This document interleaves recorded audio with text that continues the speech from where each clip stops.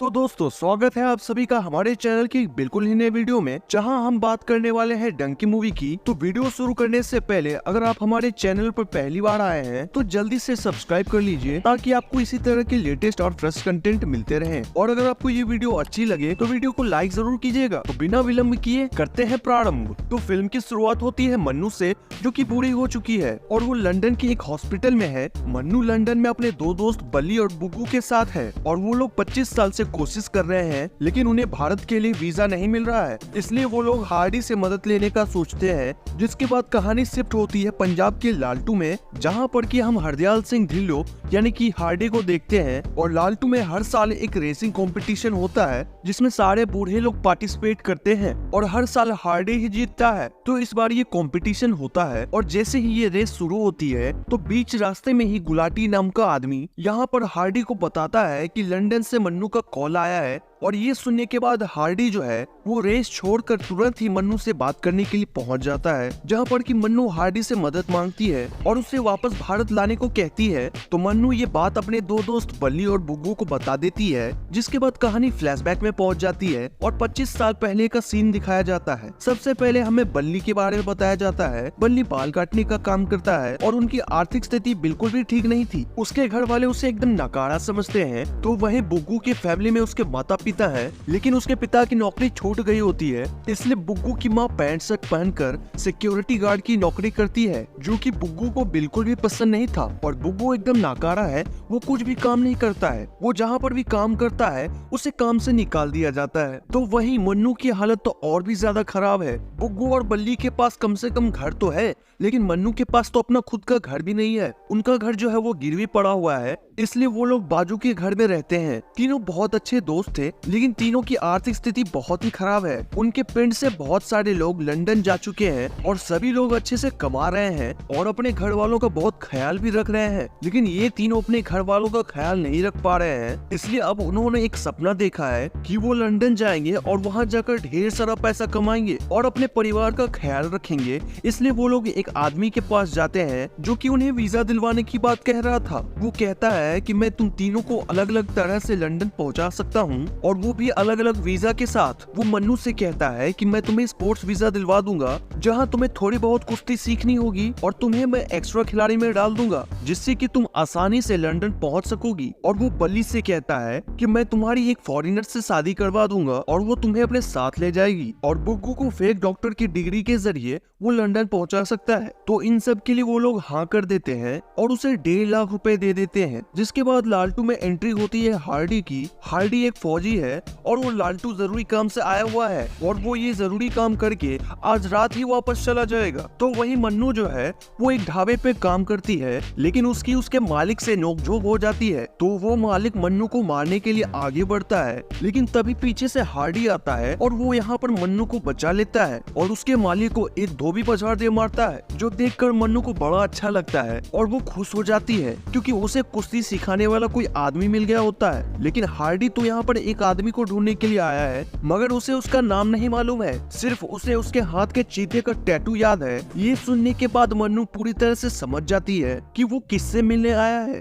वो कहती है कि तुम महेंद्र से मिलने आए हो, और वो महेंद्र और कोई नहीं बल्कि मन्नू का भाई होता है। तब यहाँ पर मन्नू जो है वो हार्डी को अपने साथ घर ले जाती है और यहाँ पर हमें मालूम चलता है कि महेंद्र ने पठानकोट में हार्डी की जान बचाई थी। दरअसल हार्डी को गोली लग चुकी थी, उसका जबड़ा पूरी तरह से टूट गया था। तभी महेंद्र ने हार्डी को कंधे पर डालकर हॉस्पिटल लेकर गया था, जहाँ पर उसने उसे टेप रिकॉर्डर सुनाया और उसका पूरा ख्याल भी रखा। जबकि उसी दिन महेंद्र को रेसिंग के लिए एशियन गेम्स के लिए जाना था, लेकिन महेंद्र वहाँ नहीं गया और उसने हार्डी का पूरा ख्याल रखा। ये सारी बातें कहने के बाद यहाँ पर हार्डी जो है वो महेंद्र के बारे में पूछता है कि वो उसे उसका टेप रिकॉर्डर वापस करना चाहता है। लेकिन यहीं पर हमें मालूम चलता है कि पठानकोट से लौटते वक्त उसकी एक एक्सीडेंट में जान चली गई। ये सुनकर हार्डी को बहुत ज्यादा बुरा लगा और ये सारी बातें यहाँ पर मन्नू उसे बता रही थी। और मन्नू हार्डी को अपनी आर्थिक स्थिति के बारे में भी बताती है कि उनका घर भी गिरवी है। ये सुनने के बाद हार्डी जो है वो मन्नू से कहता है कि मैं तुम्हें कुश्ती जरूर सिखाऊंगा। जिसके बाद से हार्डी कुश्ती सिखाने में लग जाता है, जहाँ पर कि एक हफ्ते के अंदर ही हार्डी ने यहाँ पर मन्नू को कुश्ती सिखा दिया था। उसे मालूम है कि स्पोर्ट्स कोटा से अगर उसे वीजा मिल गया तो वो लंदन चली जाएगी। लेगी और अपनी आर्थिक स्थिति को सुधार लेगी। तो अगले दिन बुग्गू, बल्ली और मन्नू अपनी जगह पर पहुंच जाते हैं जहां पर कि उन्हें वीजा मिलने वाला था। सभी लोग जब अपनी अपनी जगह पर पहुंचते हैं तो उन्हें मालूम चलता है कि उस आदमी ने इन तीनों को बेवकूफ बना दिया है और इनके 1.5 लाख रुपए भी खा गया है। और वो 1.5 लाख दरअसल में बुग्गू की माँ के एफडी के पैसे थे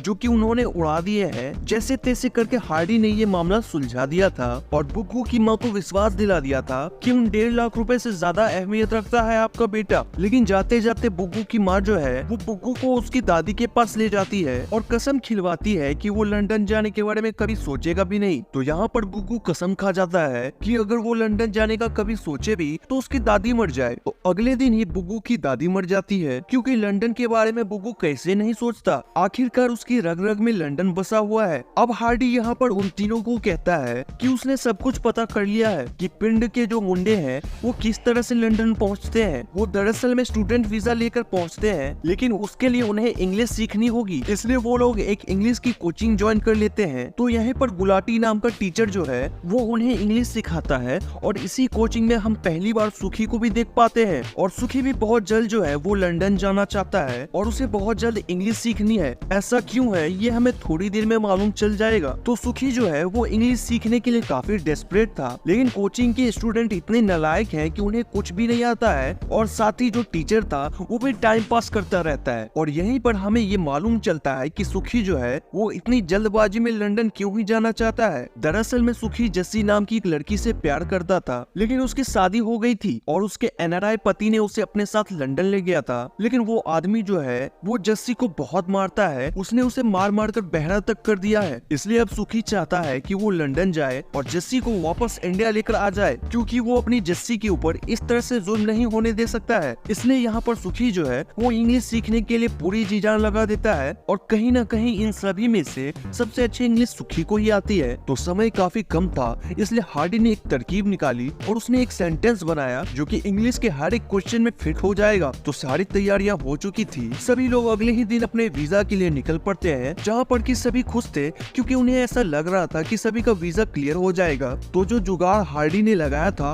वो जुगाड़ धड़ा का धड़ा ही रह जाता है, क्योंकि उनसे कुछ और ही सवाल पूछ लिए गए थे। लेकिन यहाँ पर बल्ली के लिए वो सेंटेंस बड़े काम का आ जाता है, क्योंकि क्वेश्चन में बल्ली ने उस सेंटेंस को काफी अच्छे से फिट कर दिया था। अब कुछ दिनों के बाद वीजा का रिजल्ट आने वाला था, जिसके लिए सभी लोग बहुत ही ज्यादा बेचैन थे। और इसी रिजल्ट में मालूम चलता है कि सिर्फ और सिर्फ बल्ली का ही वीजा क्लियर हुआ है और अब बल्ली अकेला ही सिर्फ लंदन जा सकता है। ये सुनकर सबसे ज्यादा बुरा सुखी को लगा, क्योंकि उसका जाना तो बहुत ही ज्यादा जरूरी था। तो बल्ली लंदन पहुंच जाता है, जहां पर जाकर वो सुखी को जस्टिस से बात करवाने वाला था। तो बल्ली लंदन से सुखी के पास कॉल करता है और उसे बताता है कि जस्सी को तेरे वीजा वाली बात पता चल गई थी, जिस वजह से उसने सुसाइड कर लिया है। ये सुनकर सुखी को बहुत ही ज्यादा बुरा लगा और उसने भी अपने ऊपर तेल छिड़क कर आग लगा ली और सुसाइड कर लिया। तो जब सुखी का अंतिम संस्कार हो रहा था तो हार्डी यहीं पर सभी के सामने अपनी भड़ास निकालता है और वो कहता है कि एक ऐसे देश में जाने के लिए पाबंदी है जो देश पूरा का पूरा हमारे यहाँ ही रहा करता था। जिसके बाद वो सभी से वादा करता है कि वो सभी को डंकी मारकर लंदन ले जाएगा। डंकी का मतलब है कि इनलीगल रास्ते से। अगले ही दिन वो लोग अपने सफर के लिए निकल पड़ते हैं, जहाँ पर कि उन्हें भारत से पाकिस्तान, पाकिस्तान से अफगानिस्तान, अफगानिस्तान से ईरान और ईरान से टर्की के लिए जाना था। और जब वो रास्ते में एक बोट में होते हैं तभी उन्हें एक वॉच टावर दिखाई पड़ता है, जो कि 1 महीने पहले तक वहाँ नहीं था और अब वो बोट से आगे नहीं बढ़ सकते थे, इसलिए वो लोग तैर कर जाते हैं। लेकिन जैसे ही वॉच टावर के गार्ड को शक होता है तो वो वहाँ पर फायरिंग करना शुरू कर देता है। लेकिन अच्छी बात यह है कि इनमें से कोई भी मरता नहीं है। तो हार्डी के साथ यहाँ पर बहुत सारे लोग थे और आगे चलकर वो सिर्फ 6 ही लोग बचे थे। फिर वो लोग आगे बढ़ते हैं,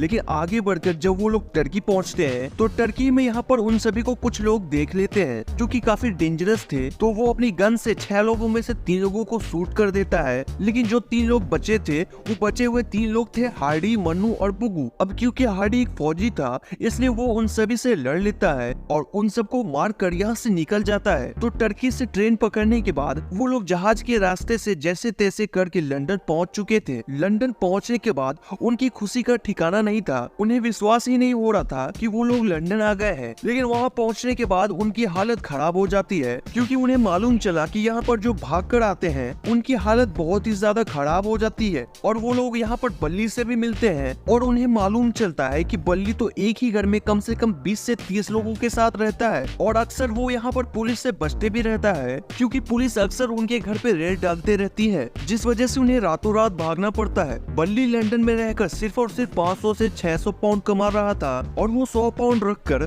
बाकी के 500 पाउंड अपने घर भेज देता था। लेकिन यहाँ पर हार्डी कहता है कि उन्हें वापस इंडिया चले जाना चाहिए, लेकिन वो यहाँ पर सिर्फ और सिर्फ मन्नू की वजह से रुका हुआ था। तो यहाँ पर हार्डी जो है वो एक लॉयर को ढूंढता है और उसे कोई तरकीब निकालने को कहता है। तभी वहाँ पर लॉयर कहता है कि तुम्हारे लिए मेरे पास 3 सॉल्यूशन है, जो कि पहला तो है कि 1 मिलियन पाउंड इन्वेस्ट करके सिटीजनशिप ले लो। दूसरा ये है कि तुम्हें कोर्ट में ये कहना होगा कि तुम्हें अपने देश से खतरा है और तुम्हें एसाइलम चाहिए, यानी कि इस देश में पनाह चाहिए। और तीसरा तरीका है कि अगर मन्नू यहाँ के एक आदमी से शादी कर ले तो वो लीगल हो जाएगी और 2 साल बाद उसे डाइवोर्स देकर फिर वो हार्डी से शादी कर ले, जिससे होगा ये कि फिर हार्डी भी लीगल सिटीजन हो जाएगा। तो शादी के दौरान जब वो आदमी जो है वो मन्नू को किस करने वाला होता है, तो चर्च में ही हार्डी जो है उस आदमी के ऊपर भड़क जाता है और उसे बेरहमी से मारने लगता है। लेकिन ये सब चीज देखकर फादर जो है वो पुलिस को कॉल लगा देते हैं, जिस वजह से सभी को अरेस्ट कर लिया जाता है। अब उनके पास सिर्फ एक ही रास्ता था कि वो कोर्ट में ये बोल दे कि वो इंडिया में सेफ नहीं थे,